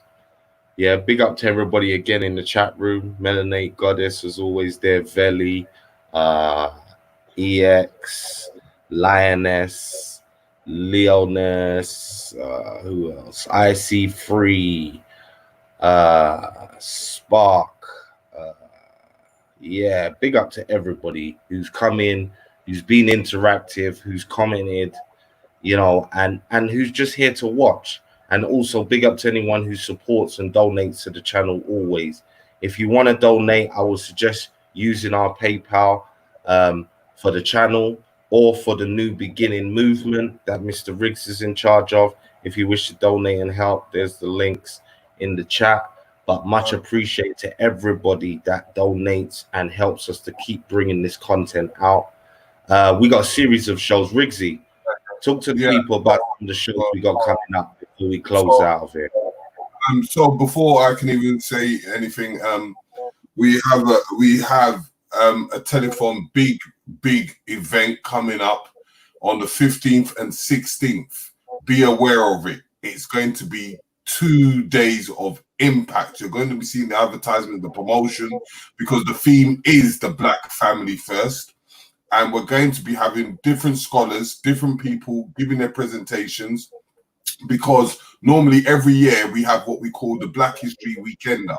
And this Black History Weekender, we're now going to put this online, which will be coming out of the YouTube and the Facebook, in the fact that we're going to have people like Windy Umby, Professor James Smalls, Professor Balo, we're going to be having Robin Walker and many more. It's going to be a 2-day telethon because we're raising money for an exchange program for our youth to have a foundation. Once they can able to connect and have that foundation, it gives them the obligation to able to get to a certain age to having a rites of passage. So that will be on the 15th and 16th, 2 days before Marcus Garvey's birthday on the 17th. But for this week, we have some special guests. First most, we're having who we call the Black History Walks, who gives you the history tours around the UK and gives you in forms of films, it gives you in forms of walks and talks and presentations. His name is Tony Warner. He'll be there at 8 o'clock on Monday. Tuesday, we're going to be having our usual talks after 10 o'clock. which is called the True Talks. On Wednesday, we have what we have normally every week or every other time, which is called the Link Up Show. But this Link Up Show this week is with a beautiful professor called Professor Bayana Bello, and we're talking about the Haitian Revolution to what Haiti is today, and how we can be able to work and connect with our brothers and sisters in Haiti, as we're trying to connect to every African diasporan before we connect to the people on the motherland in Africa. So that will be happening on Wednesday. Then there is I'm not too sure on the show on Thursday, but Friday we've got another guy who deals with engineering, and the show is going to be called The Black Nerd, in forms of understanding our children in forms of engineering, because when we're building things, we need engineers, we need doctors, we need so many things. But these are things that are happening in the US, so that will be at 8 o'clock on Friday. So there's many more shows to come. So we're going to keep on pushing it and keep on pushing until we get this narrative. But it's always about the Black family first. Check up the hashtag, go to the Instagram, check everything out, because we're going in with the Black family first. Because we're not stopping, we're going to be pushing that narrative. As a lot of Christians would say, the Holy Trinity, but as the Cometics would say, the woman, the man, and the child. So it's unifying them three together and accepting that form of trauma, because you know what, we're all gone through trauma. The best way to get it out is to communicate it. If we don't communicate and we don't talk, how are we going to be able to solve it? It's like saying, I'm going to be a sick man and then I'm going to go and maintain my business. I'm going to be a sick man and be a doctor. I'm going to be a sick man and be an engineer. It doesn't work. Yeah. Before I know, I'm going to right. You got to treat the sickness first. Yeah, you got to treat the sickness first. Once you treat that sickness, then we're able to take the next step. So understanding your history and bringing that forward, treat your sickness, then eating right, and then after eating right, then we can go into forms of community and organizations, and then we can go to economics. You're welcome, sister. You're welcome to Melanated Goddess, to the other sister that said thank you. I thank you guys for tuning in. That's what I wanted to say as we depart. I want to thank the Melanated family of the UK for tuning in and listening to a brother over here in the US. I hope, the brothers have said that they will bring me back. I look forward to coming back and sharing more of my experiences with you and getting y'all's feedback. We all in this together. I'm very, those who know me know I'm heavy on relationships. We can't do this by ourselves. We are going to need each other. As a matter of fact, we are all we have. You understand what I'm saying? So let's make the best of it, whether it's on US soil or the UK, and making that collaboration and being the example to others who are watching. It has to be done, because there are people out there who don't like us and they're killing us with impunity. And we need to have a wall of defense to protect ourselves, but mainly protect our sisters too, protect our children. And so I thank you for Lioness Ma. Yes, thank you. Facts. We are all we have. And I want to again just thank the UK family for tuning in to listen to a brother. I want to thank you, Rig. Thank you too, Rich, for thinking about me to bring me back. I appreciate it. No, most definitely, bro. You was always on my mind from a hot minute ago from the first time we linked. So as I said, I'm just glad that we got it together. We got you on. And as I said, look out for this brother, because I'm going to be trying to take him on a tour. Some of yous in here, I know you watch me and you watch George Macon's channel. So look out for this brother, because he will be appearing on there next. Yeah, I'm hooking that up. So yeah, definitely. Big up to everybody. You know the routine. If you're not subscribed to us, subscribe. Make sure you hit that notification bell so you get alerted when we do our shows.